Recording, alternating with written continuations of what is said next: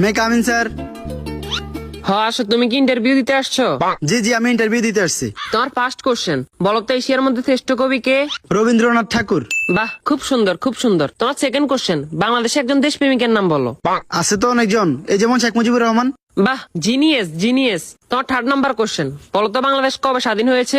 হওয়ার কথা তো ছিল 1948 সালে, কিন্তু 1971 সালে 16 ডিসেম্বরে স্বাধীন হয়েছে। খুব সুন্দর খুব সুন্দর। তোমার লাস্ট কোশ্চেন, বলো তো আকাশে কয়টি তারা আছে? এটা তো এখনো জানা যায়নি, এটা নিয়ে বিজ্ঞানীরা গবেষণা করতেছে। ও গুড গুড গুড, তুমি এবার আসতে পারো। Okay sir. কি ও ভাই, ইন্টারভিউ দিয়ে আসছেন? হ্যাঁ ভাই, ইন্টারভিউ দিয়ে আসছি। কি কি কোশ্চেন আইলো? কোশ্চেন তো মনে নাই, কিন্তু উত্তর মনে আছে। আচ্ছা, উত্তরই কোন? রবীন্দ্রনাথ ঠাকুর, শেখ মুজিবুর রহমান। মাত্র এই দুইটে?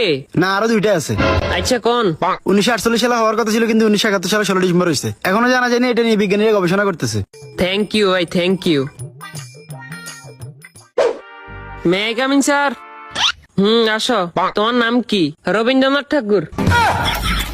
তো তোমার বাপের নাম কি? শেখ মুজিবুর রহমান। তোমার জন্ম কবে হয়েছে? হওয়ার কথা তো ছিল 1948 সালে, কিন্তু 1971 সালে 16 ডিসেম্বর হয়েছে। এই বেটা, তুই পাগল হয়েছিস নি? এটা এখনো জানা জানি, এটা নিয়ে বিজ্ঞানীরা